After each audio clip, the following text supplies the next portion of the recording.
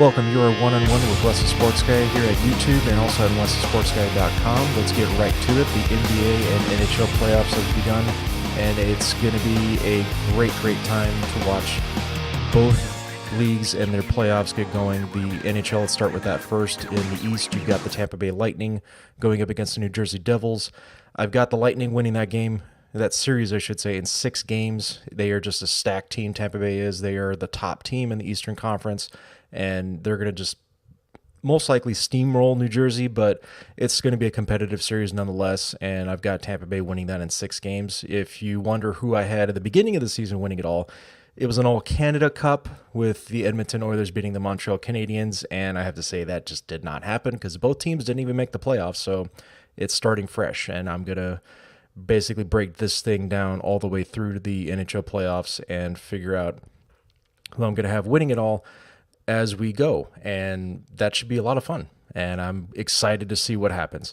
The Boston Bruins playing the Toronto Maple Leafs. I got the Bruins winning it in 7 games, which you could say is a toss-up to either Toronto or Boston, but I believe Boston's going to squeak it out. It's not going to be easy for them. They are a very talented team, but the Toronto Maple Leafs aren't going to have enough to get by the Boston Bruins this time. Boston's going to end up winning that in 7, I predict. Also in the East, I've got the Washington Capitals beating the Columbus Blue Jackets in 6 games. The Pittsburgh Penguins and Philadelphia Flyers go at it, and they'll probably go to 7 games just because it's the kind of rivalry that you would expect from those two. I know that the Penguins are the heavy favorite to at least get to the Eastern Conference Finals this year. Again, this will be the 3rd year in a row if they do, and they are back-to-back Stanley Cup defending champions as well.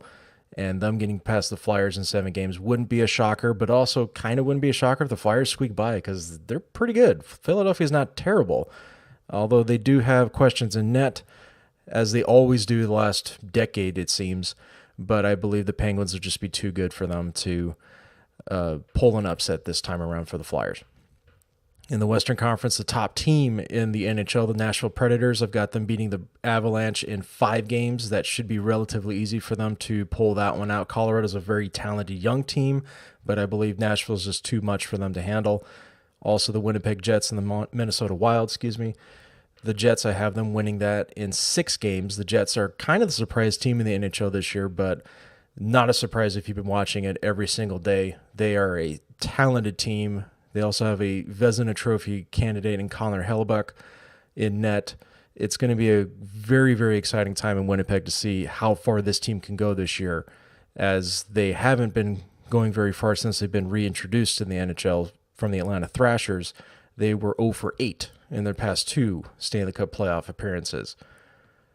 In the Pacific Division stack, in the first round of the NHL Stanley Cup playoffs, the Kings and Golden Knights going at it. I've got the Golden Knights winning it in 7 games. That's of course, you could put to a toss-up again, as I could be going to the Kings as well, but I think Vegas is going to be too much for LA to handle this time around.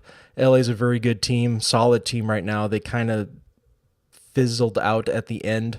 They were a favorite to win the division at the start of the year, but Vegas just was too hot the entire year. They are just a very solid team, and I think they're going to end up getting through the first round. And the LA Kings, I've got the Ducks beating the Sharks in 6 games, so you'll have an Anaheim-Vegas matchup going into the second round in my prediction. With the NHL playoffs, the NBA playoffs are right around the corner too, and they are starting this weekend. The Toronto Raptors and Washington Wizards go at it. I've got the Raptors winning that series in 6 games in the East. Boston at number 2, Milwaukee at number 7. Boston getting that one in 7 games. It's going to go 7 most likely because Milwaukee and Giannis Antetokounmpo, nobody can guard him. There's nobody in the league that can guard him for a full game and a full series to boot. It's not going to be easy for Boston to do, but they will squeak it out, even though they do have a lot of injuries right now. But they are just too deep and too talented in the Eastern Conference not to win a first-round matchup. The Sixers are back in the playoffs. They are the 3rd seed playing the Miami Heat. I've got the Sixers winning it in 6 games. Can't wait to see what happens with Ben Simmons and the rest of that talented young group. They're not going to have Joel Embiid in the first round, but they should be able to get through it and get into the second round, and that's when you'll probably see Embiid come back. which will make it even more exciting to watch the Sixers play with him at the helm for the Philadelphia 76ers. The Cavs and Pacers going out in the first round. I've got the Cavs winning in 7 games. I don't believe Indiana's going to win, but it wouldn't shock me if they do. Indiana's the surprise team in the Eastern Conference. Nobody had them getting into the playoffs this year after the moves they made in the offseason, namely trading away Paul George to Oklahoma. And I just don't think it's going to be enough this year, but in the future they are looking really, really good for the stretch run with Victor Oladipo as their star going forward. Cleveland, I had them getting to the NBA Finals against the Golden State Warriors. That's right. 4 years in a row now for those two teams going at it. That was my prediction at the beginning of the season. I'm sticking with that prediction because, as my motto goes with predictions, I'm not going to abandon it unless they didn't make the playoffs or they get knocked out of the playoffs. So I can't abandon that right now. The Warriors are going to play the Cavs in the NBA Finals. Sticking that prediction.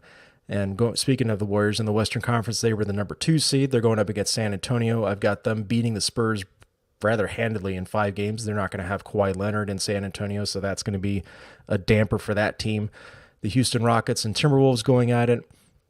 I've got the Rockets winning it in 6 games against Minnesota, which had to win their last game of the season against the Denver Nuggets, which went to overtime. It was as exciting as you can get. It was a great start to what will be hopefully an exciting first round in the NBA playoffs, because those two teams were among the best in the West for most of the year. They kind of fizzled towards the end, but Minnesota wins that play-in game for number 82 in the regular season to get into the playoffs.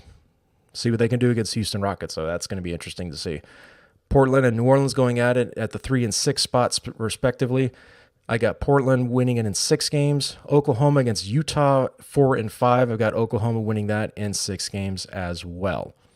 If you want to see more of my predictions and breakdowns of players to watch, you can go to westthesportsguy.com and make sure you also subscribe at youtube.com as well to see what my predictions are. But if you want to see more in-depth analysis of that, you can go to westthesportsguy.com. Time for the segment that makes you go out of your cotton picking mind. Do you remember? You remember?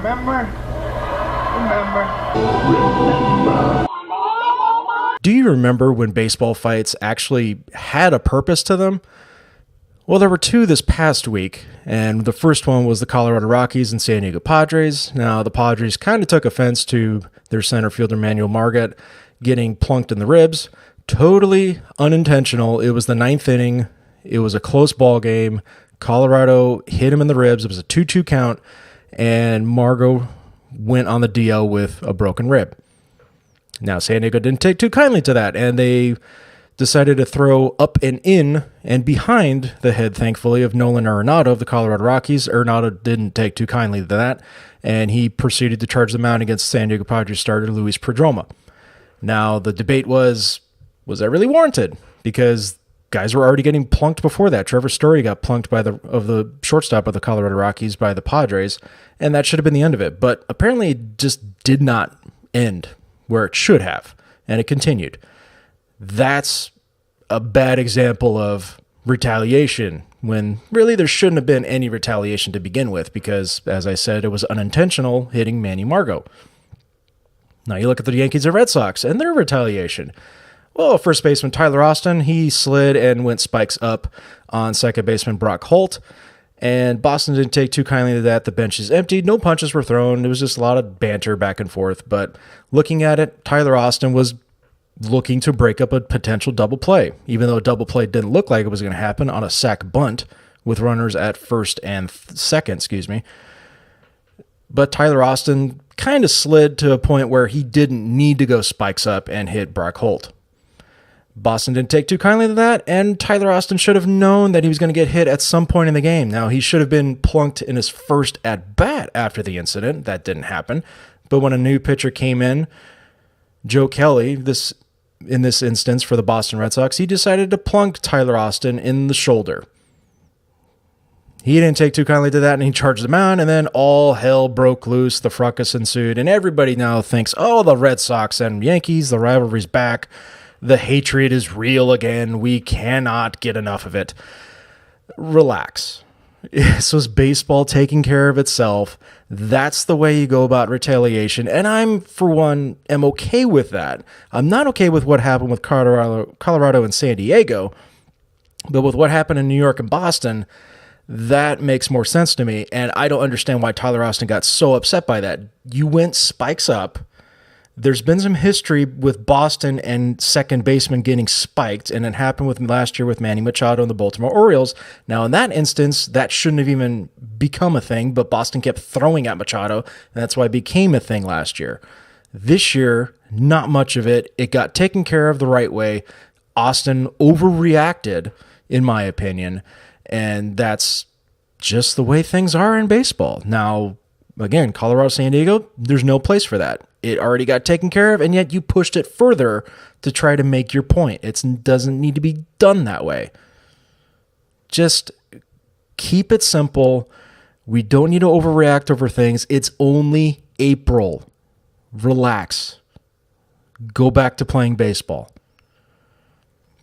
And our feel-good story of the week comes from the NBA to finish out their season. The Los Angeles Lakers signed a G League veteran, you could call him. He's 32-year-old Andre Ingram.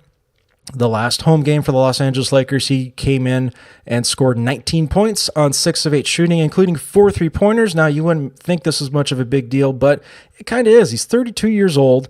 He is the all-time leader in the G League for 3-pointers made and percentage. And in that game where he scored 19 points for the LA Lakers, he also had pretty good defense. He had 3 blocks and a steal to go with his stat line.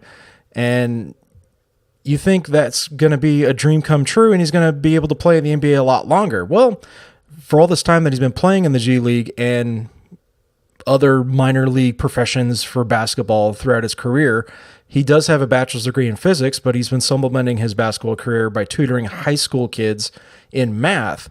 And he also does have a family that he supports as well that lives in Virginia with a wife and 2 daughters. So it's a great feel-good story. Andre Ingram also did play in their last game against the Utah Jazz in Utah. He had another decent outing, not as great as his, home opener, you could say, for the Los Angeles Lakers. He also had a chance of MVP by Laker fans when he went to the free throw line. It's just a great feel-good story all the way around.